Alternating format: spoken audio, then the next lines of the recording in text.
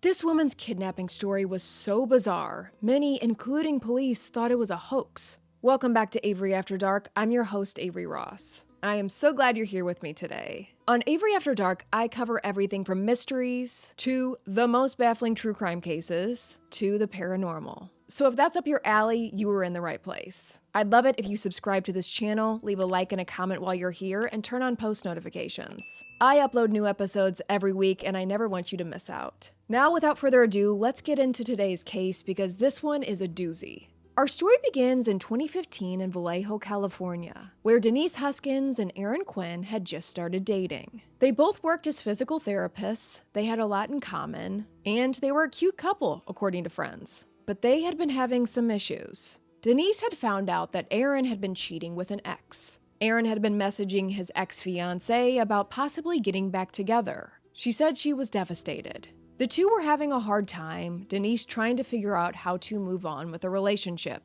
On March 22nd, the couple had made a plan to meet at Aaron's house in Mare Island in Vallejo to decide if they wanted to continue with their relationship. The dreaded, "what are we" conversation. We've all been there.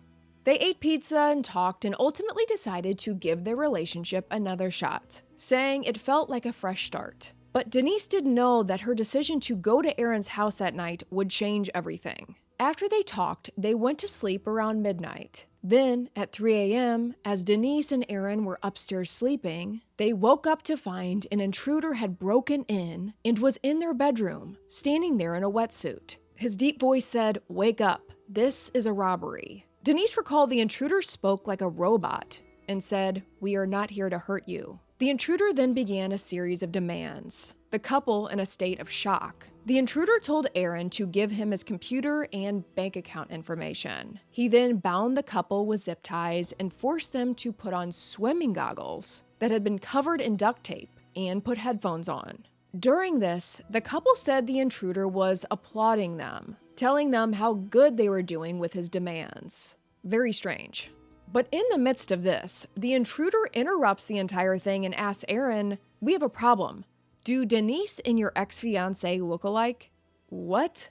Aaron says yes, they both have long blonde hair. The intruder then said, "We have the wrong intel." Aaron had lived with his fiancé in that house before the breakup, and she had just recently moved out. It was now apparent that Denise was not the intended target, but rather Aaron's ex-fiancé. And when she heard this, Denise hoped that maybe he would leave, but he didn't. The intruder then gave them both a sedative drink, and then the intruder kidnapped Denise. Before leaving, he told Aaron he would contact him via text message and email with ransom demands, and also told him not to call police or else he would murder Denise. The next day, Aaron woke up from the sedative, sees Denise is gone, but then fell back asleep due to the intensity of the sedative. He also saw he had emails from the intruder demanding 2 payments of $8,500. But later in the day, Aaron decided to call police, not knowing if he was jeopardizing Denise's life. So Aaron tells police exactly what happened,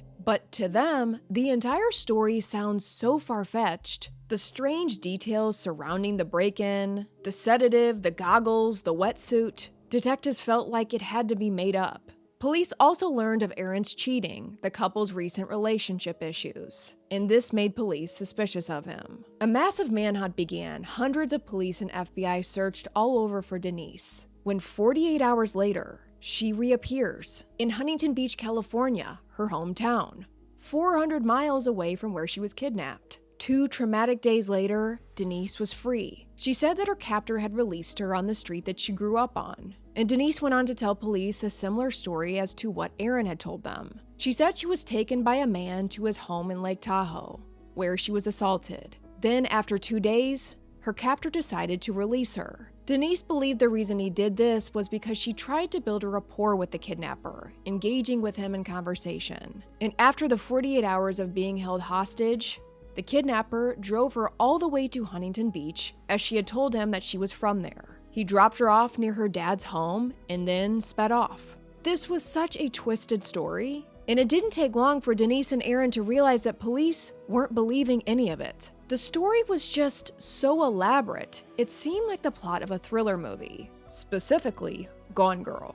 Boyfriend or a husband is caught cheating, girl leaves, faking an abduction, and the entire thing gets pinned on the cheating partner. Police publicly said they felt they had wasted resources and declared the entire thing a hoax. So in turn, realizing they had to protect themselves, Denise and Aaron hired attorneys and saw that investigators weren't even searching for her captor. But a reporter at the San Francisco Chronicle began receiving anonymous messages beginning on March 24th, one day after the kidnapping, from someone claiming responsibility for the entire thing, alluding to having knowledge about Denise and Aaron's case. 2 months later, as investigators had their sights set on Denise and Aaron, police received reports about another home invasion near San Francisco. Another couple had been victims of a break-in, and this home invasion was eerily similar to that of Denise and Aaron's. Just like in their case, the intruder broke into a couple's home in the middle of the night, but differently this time, he fled in the midst,